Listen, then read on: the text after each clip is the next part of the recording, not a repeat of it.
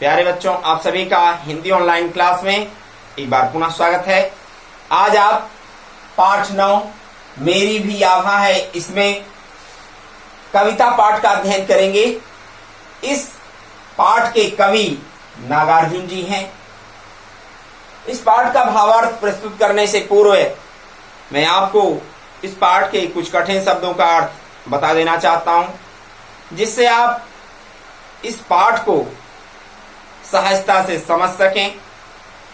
इस पाठ के कुछ कठिन शब्दों का अर्थ इस प्रकार से है: विशाल, विस्तृत, बहुत बड़ा या विराट, दमकना, चमकना, आभा, चमक या द्युति। आपको बताना चाहेंगे कि इस पाठ में आभा शब्द का अर्थ योगदान के संदर्भ में प्रयुक्त हुआ है। सहलाना, प्यार करना, रग, नस या नाड़ी, खलिहान, जहां पकी फसलें रखी जाती हैं, शोणित, रक्त या खून, भूखंड, भूमि का एक टुकड़ा या एक छोटा क्षेत्र। इस प्रकार से मैंने आपको इस पाठ के कुछ कठिन शब्दों के अर्थ भी बताए। इस पाठ में लेखक ने यह बताया है कि विज्ञान की प्रगति के कारण देश के प्रत्येक क्षेत्र में, इस विशाल भूखंड के प्रत्येक क्षेत्र में प्रगति हो रही है, उन्नति हो रही है। सभ्यता और संस्कृति में भी विज्ञान की उन्नति के कारण नए पक्ष परिलक्षित होते हैं। सभ्यता और संस्कृति का एक नवीन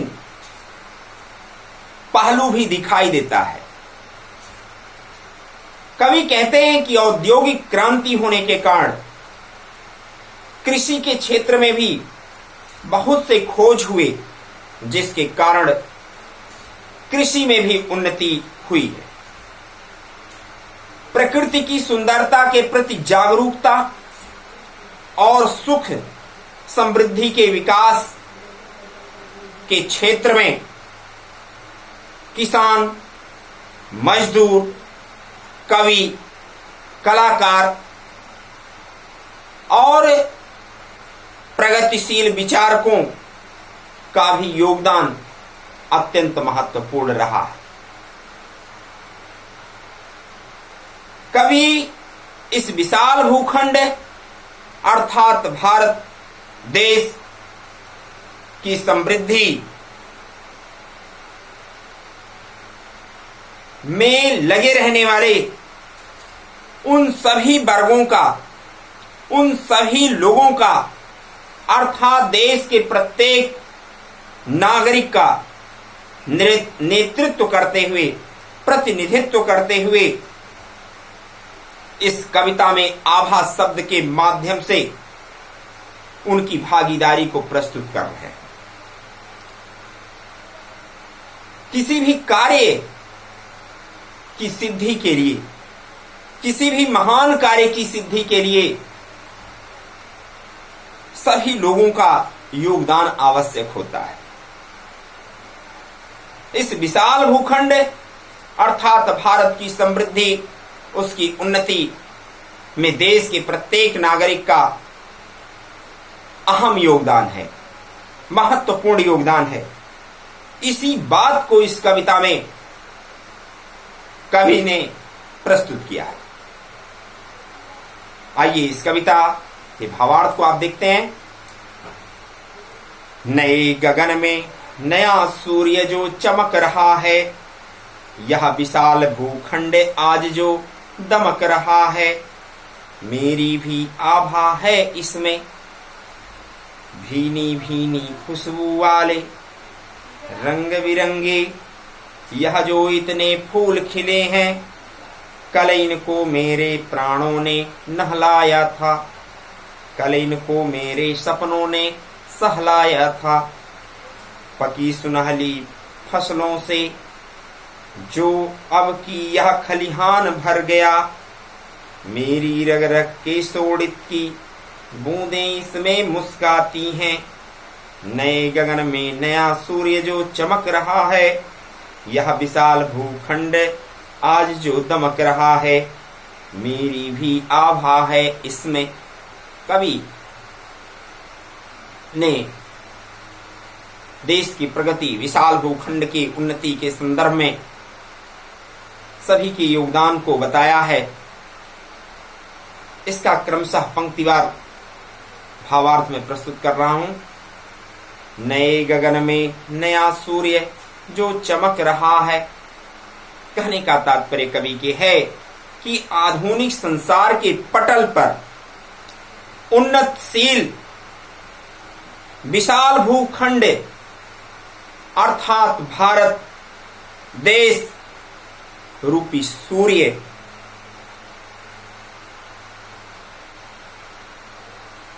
की प्रसिद्धि रूपी किरणें, यश रूपी किरणें चमक रही हैं। कहने का तात्पर्य है कि आधुनिक संसार नए गगन में, नए गगन से तात्पर्य आधुनिक संसार के पटल पर सूर्य जो चमक रहा है, अर्थात विशाल भूखंड वाला भारत देश जो अपनी उन्नति के यश के प्रकाश से आलोकित हो रहा है, प्रकाशित हो रहा है, मेरी भी आभा है इसमें। इसकी उन्नति में, इसके विकास में कवि कहते हैं कि मेरा भी योगदान है, मेरा भी अंश है। मैंने पहले बताया कि कवि केवल अपने संदर्भ में नहीं कह रहे हैं, बल्कि देश के विभिन्न क्षेत्रों के लोगों का प्रतिनिधित्व करते हुए कहते हैं कि देश के प्रत्येक नागरिक का इसमें, विभिन्न वर्गों के नागरिकों का इसमें योगदान है। तब ये भारत देश आज विश्व के पटल पर उन्नति के सूर्य के रूप में अपने यश रूपी किरणों को बिखेर रहा है। आपको समझ में आया होगा। अब आप देखेंगे भीनी भीनी खुशबू वाले रंग बिरंगे यह जो इतने फूल खिले हैं, अर्थात ये जो सुगंधित और विविध रंगों वाले उन्नति रूपी फूल खिले हुए हैं, कल इनको मेरे प्राणों ने नहलाया था, कल इनको मेरे सपनों ने सहलाया था। अर्थात इस उन्नति रूपी फूल के खिलने का हमने स्वप्न देखा था, सपना देखा था, और इन सपनों से बहुत ही प्यार किया था। उसके लिए हमने कठोर परिश्रम किया, अथक श्रम किया, तब यह आज उन्नति के विविध रंगों वाले फूल खिल करके साकार हुए हैं। अर्थात हमारा यह विशाल भूखंड रूपी भारत देश उन्नति को प्राप्त किया है। अग्रिम पंक्तियों का भावार्थ देखेंगे। पकी सुनहली फसलों से जो अब की यह खलिहान भर गया, मेरी रग रग की शोणित की बूंदें इसमें मुस्काती हैं। कवि किसान का नेतृत्व करते हुए, प्रतिनिधित्व करते हुए कहते हैं कि पकी सुनहली फसलों से अब की यह खलिहान भर गया, कि पके हुए सोने जैसी फसलों से इस बार हमारा खलिहान पूर्ण हो गया, भर गया है। उस फसलों के ढेर में मेरी रग रग की शोणित की बूंदें इसमें मुस्काती हैं। मेरे नस नस में प्रवाहित होने वाली रक्त की बूंदों का अर्थात कठोर परिश्रम की चमक परिलक्षित होती है, प्रतीत होती है। पुनः उसी बात को कहता हुआ, नए गगन में नया सूर्य जो चमक रहा है, यह विशाल भूखंड आज जो दमक रहा है, मेरी भी आभा है इसमें।